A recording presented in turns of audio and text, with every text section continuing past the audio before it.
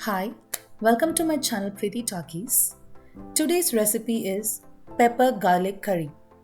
This is an authentic South Indian recipe that goes very well with your steamed rice. Let's get into the ingredients required for this curry.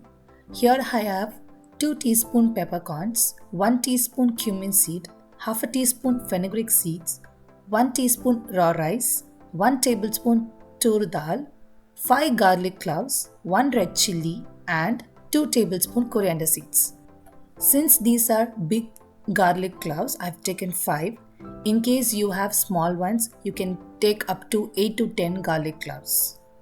Now take a pan, preferably an iron kadai.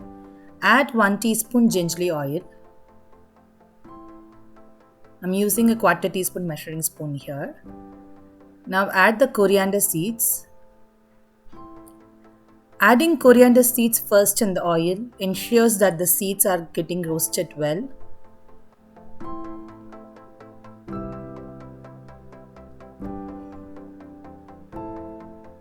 Now add the tur dal and the raw rice.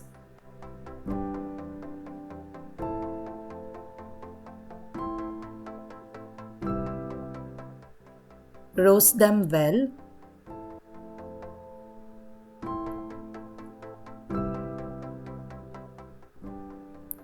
Now add the peppercorns, cumin seeds and the fenugreek seeds. Give a quick mix and let it roast well. Your house would be smelling with nice aromas now. Now it's time to add our garlic and the red chilli. Let it roast well. Once they are roasted, this has to be cooled down and grinded to a smooth mixture using enough water in a mixie or a blender. This is how the grinded mixture would look like. I have taken this in the vessel where I am going to make this curry. You can check for the consistency here. It has to be on a little thinner side. This consistency helps while cooking the curry. Then it becomes thick after a while. Now it's time to add our tamarind extract.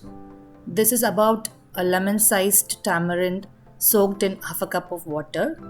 Or you can use 2 tablespoons of tamarind paste in a half a cup of water. Add this tamarind extract and give a nice mix. Once it starts to boil, add the required amount of salt. This mixture has to be boiled well enough in order for the tamarind extract raw smell to go away. Now you can see that it is boiled enough and then reduced to almost 3/4 of the original quantity. Now I'm adding 1 teaspoon of jaggery. This would balance the overall taste of this curry, so do not skip it. You can even add brown sugar or sugar in place of jaggery. Now at the end, I'm adding 1 tablespoon of sesame oil. This would compensate for the spices in this curry and enhance the overall taste and flavor of this curry. Mix well and switch off the flame. Now close this vessel with a lid and let this curry rest for a minimum of 15 to 20 minutes before serving. Authentic pepper garlic curry is now ready to be served. It tastes awesome when topped over hot steamed rice with a dollop of ghee or sesame oil along with a coconut based vegetable on the side. This curry stays well at room temperature for around 2 to 3 days. This curry tastes its best the next day as all the spices get absorbed in the tamarind extract, thereby enhancing the taste and flavor of this curry. Do try this recipe at your home and give your feedback. If you like this video, do give a like, share, comment and subscribe to my channel. Until then, it's bye from Preeti. Stay tuned.